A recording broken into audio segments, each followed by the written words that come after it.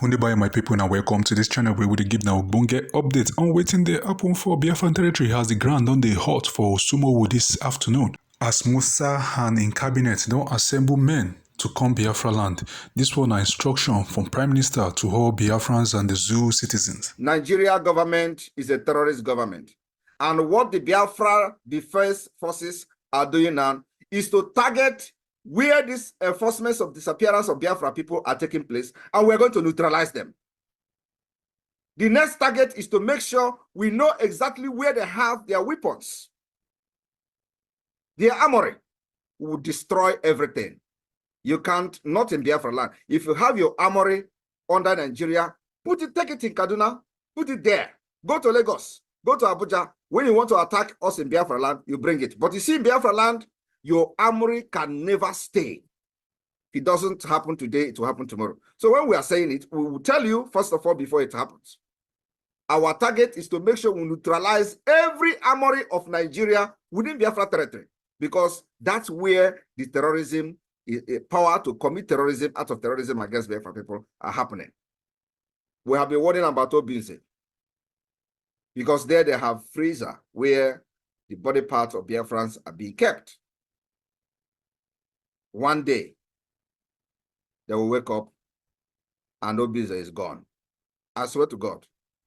One day, they will wake up, Obinze is gone. And let me tell you, Musa came out on national television to say that they have adopted what they call jungle welfare. You know what that means? It is jungle welfare. We have adopted guerrilla welfare in self-defense. They have adopted jungle welfare. He said it on national television. When a military chief, came to television to tell you that the military of their own country have adopted a jungle welfare, you know what that means? Do you understand when they say they have given him a jungle justice? You know what that means? Jungle justice means that when you catch somebody, a suspect who you are not even sure that the person have committed a crime, what do? You lynch the person. That is jungle justice. Now, this military have told you, Musa, it is a record that they have adopted what they call jungle welfare. Against who?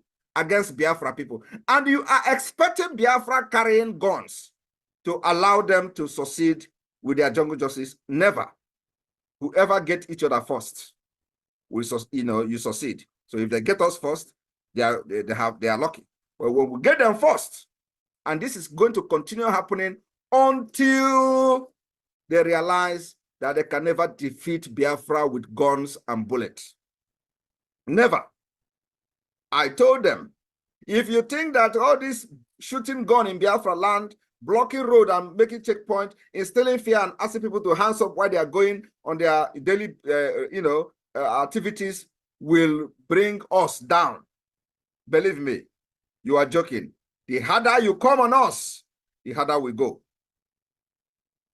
Let nobody think that intimidation, harassment, and terrorism will stop Biafra freedom from exiting Nigeria, or Biafra from exiting Nigeria. It's going to make us more stronger. So if Nigeria is thinking that they are going to defeat us by gun, my brothers, my sisters, they are making a very big mistake. They can never defeat us. If you understand how government work all over the world, you are going to understand why there must be a time frame. You don't, in these days, you don't fight for something without a vision, without a focus, without having, scheduled where you want to be at a particular point in time. And because we are fighting for a nation, we need to keep our people updated. We need to keep track of what we are doing. We need to also show to the outside world that we have plan and vision. We are not just, gambling our freedom or trying our luck, so that we know what we are doing. That's one thing that every reasonable government will want to know. And for example, I will make reference to Brexit. When you look at the Brexit, when they started, when Nigel Farage started, he was at the European Union, and they were laughing at him that Britain would exit the European Union. They were laughing at him in the first place. And then he went back to the United Kingdom, started a campaign of Brexit. When the campaign heated, they started discussing about the referendum. And they actually went into a referendum and voted for Brexit. And of course, the majority of the United Kingdom, the British people, voted to exit European Union. And then the discussion started from there. They begin to set date. They have to set date, and then they have to also postpone that date of Brexit. They have to go into negotiation, into discussion, or diplomatic, war and all that affected the scheduled time frame. So they have to also change again. So if you followed the Brexit, you will find out that there were change upon change. There were kind of the ambush upon ambush, and and all manner of propaganda from the European Union, from the British, and so. But the fact is that they remained focused that at this particular point in time, we must have exited the European Union. So they have a time frame. So you cannot be doing something without a time frame. If you do not have a time frame, it means that you don't actually know what you are doing. So all you are doing is waking up one day, every day, and leave. And then when the night comes, you go to bed and sleep. And then the next day you wake. Let us see what this today will bring. You can never achieve anything without that vision. That vision of knowing what you want, how you want to achieve it, and then map out the plan, how to achieve it. Give yourself that goal and pursue that goal you give yourself. That's how things are done. So when I joined Biafra struggle, before joining this Biafra struggle, I have studied everything. I've studied the movement of the IPOB. I've studied Nigeria very well, and I know exactly where things were going wrong, and I know where things were going right. So I know all those things ahead of time. It's not like I just came in and then I wanted to do something, and so I know everything ahead of time. I came prepared, and that's why the first time I started broadcasting, I told Nigeria government, go and hire the highest person. I don't know, some of you who followed me from the one, when I started broadcasting from 2019, when I started making video, I said, Nigeria military, they are called Nigeria military, not Nigeria government. I said, now you have to go and bring out your best. I believe that video must be somewhere in YouTube. Somebody will still have it. So when I came to this struggle, I came prepared. I did not come here to do jamboree or to do try and lock. I came prepared.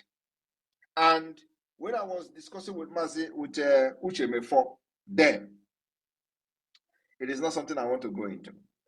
I know so many times that I reach out to this Uche Mefo, but these are the people who blocked everything that was coming to Mazi Nnamdi Kanu. So when they see that you are, that is something you have, or maybe they see that something you are carrying that they don't carry, they don't want you to get closer to Mazi Nnamdi Kanu at all. So everybody can know how they fought to stop the broadcast that how I hosted Mazi Nnamdi Kanu on our platform then. They did everything to stop it because they know there is something in this guy, right? There is something in this guy. So it was the whole hell was let loose that Mazi Nnamdi Kanu must not appear on my platform. So there is something that they saw that many people did not see. And that is the word they don't want that thing they saw in me to, to be out to the public. But this is the example of the Innu, the adage of Ake Buchionwa. So no matter how, you can never cover pregnancy. Because the more you try to cover it, the more Alpha can shoot out. This was actually the explanation of Ake Buchionwa, what these people did. Because then I was advising Uche Mefo what to tell Mazi Nnamdi Kanu. And when I send those messages, who knows? It doesn't get to him. So I find out that, I found out that most of the conversation between me and Uche Mefo doesn't get to Mazen and Kanu. And of course, at the end of the day, you see how God works his own thing, and Uche Mefo was out of the game. That was when God began to position, because the Biafra is a spirit and it's a divine mandate. So it is going to shape the whole thing to make sure that this Biafra come. Uche Mefo had problem, and he was out. Now, the next person was this George Onyibe. George Onyibe was the first person to attack me in IPOB. He was broadcasting and was attacking me, Simon Ekpa, this, that. Many of you may still have that particular broadcast. On that broadcast where he was attacking me for the very first time, he said, if they go to war front with Mazen Nnamdi Kanu, and the Mazen Nnamdi Kanu want to do anyhow, he will be the first to kill him before the enemy. The broadcast is there. Already Biafra. So I listened to this broadcast. I caught that particular session where he made that comment. And I was like, no. How can you say things like this? And also, even if you want to say, so what message are you trying to pass to the Biafra people by saying, if you go to war front with Mazen Nnamdi Kanu, that this Biafra thing is not, if anything happens, you will first of all kill him before the enemy. So what exactly message? And during this time, he was the IPOB and was the African rep. So I caught this video, this audio, analyzed it. I sent it to the people in the United States. I sent it to Ogbuehi, this Ogbuehi in America. Because this story, I don't know if I have told this story before. I sent it to Ogbuehi. Then I do not have a direct contact to Ogbuehi even.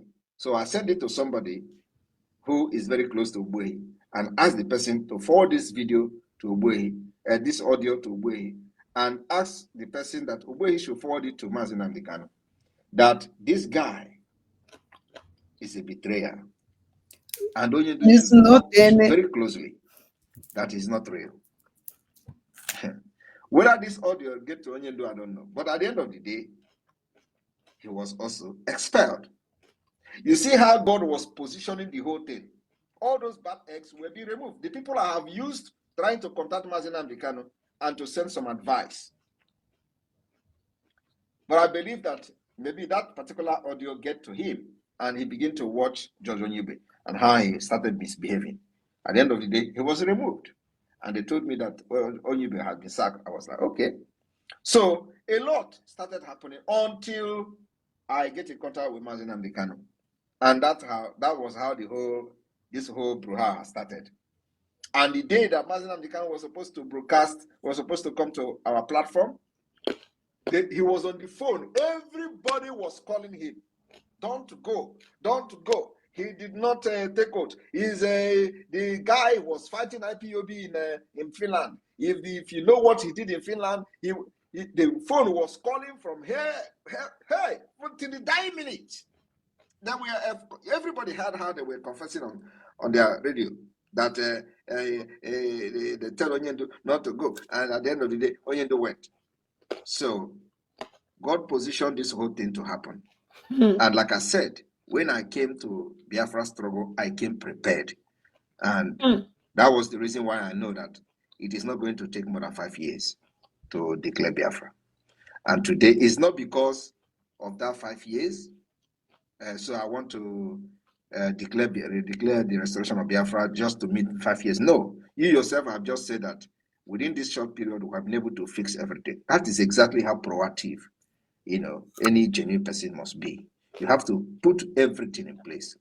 And also, there are many things that we are using against Nigeria, which Nigeria can never understand. In fact, one person in Finland then, who was part of the IPOB Nigeria there, was telling me in those days when they started new that you are the thing that hit Nigeria and they don't know what hit them. And I don't know whether that guy will still remember all those things. So anyway, the thing is that what we are doing is not a try and log. Like I said, we are not trying our log. You must put every mechanism in place, all these things in place that qualifies you to be recognized as a nation according to international law. And that is exactly this principle we have followed. And we are following it, and you can see the result it is bringing out today. And remember that as we are doing all this, we know it is not very easy for any nation to recognize you as you are fighting for freedom. It is, it is not easy. For any, in fact, actually, in the history of freedom fighting, it is only Biafra, that actually has been recognized by nations during the time of their fighting and declaration, very easily. You know how many years it's taken now for Palestine? They committed act of terrorism after decade fighting against Israel. Now they are recognizing them, and then UN is debating and then also recognizing them. But you know how many years it took them, and also they went into committing act of terrorism against Israel. That is how these things are done. So you must be able to know what you are doing, and once you know what you are doing, the rest is history. So no matter how they try to distract you, you stick to your plan and template, and that's what we have done differently. So if you see, for the past 2 years, we have been able to build and unveil the Biafra Defense Force. We have been able to equip them, arm them, give them sophisticated weapons to be able to defend our land. And you see, for the very first time in the history of Biafra, Nigeria has fought a war in Biafraland and lost. And we have not even started, though. We are fighting a guerrilla warfare. And again, they also have adopted what they call the jungle warfare. You see the Chief of Staff, Army Staff saying it, that now they have adopted the jungle warfare. So we are giving them what they are bringing to us. It is you give, take. It is do me, I do you. It is akonya wetel in here. So they bring out that particular jungle warfare. We are also into guerrilla warfare. So, and they can't see us, but we see them. This is our land, and they are complaining. And like I said, they can never win this war. Nigeria can never win this war. They can never. Because the system we are using is completely different from anything they have seen in the past. And they can never win. They were not trained to fight this kind of war. And they cannot win, not in our terrain. Thank you. So I know exactly why I said 5 years. And that 5 years will not pass. From the 2nd of December, the whole thing will change. Thank you. Wow. O tee n'agbata obi nọ ebe ahụ. During time of Uche Mefo. Thank you so much. That was very, very profound and deep. And of course, the Biafra, the public government media will cut out this and make it go viral. Wow. All right, David, thank you for that question. We move with speed. Success, okay, Success, the microphone not going to answer. All right, we'll give you the microphone. Kîĺlliñg, please bring your question. 60 seconds, please. Yeah, thank you, my brother Ralph. Thank you, my Minister of Information. God bless you, my Prime Minister. Thank you, my Prime Minister, for all that you have been doing for us.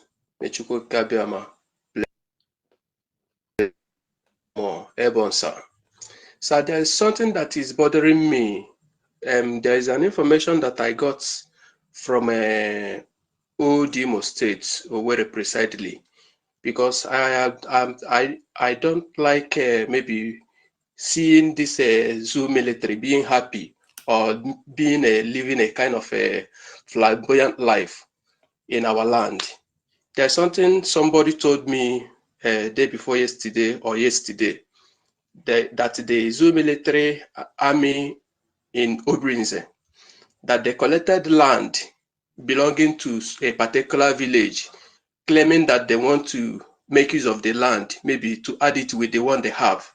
At the end of everything, they started parcellating the land to be selling it a kind of like the real estate business is going on in Biafraland. So they are now selling those lands to individuals, which that was the land that they collected from the individuals, the villagers. So I don't know if there is anything you can do to help the people out, or maybe for you to stop them, because the money they are getting from there, they will still be using the money to fight us. So that's what I wanted to chip in and see what will be your reaction, sir. Thank you, sir. Do not listen to every story and do not believe to every story they tell you. There are a lot of fake stories going out there. What we have made very clear is that nobody will take our land and have peace. Not the military, not the police, not the Nigeria state, not the governors, and that issue I've addressed before. So, but don't listen to every story that you hear. Most of them are fake stories. Thank you.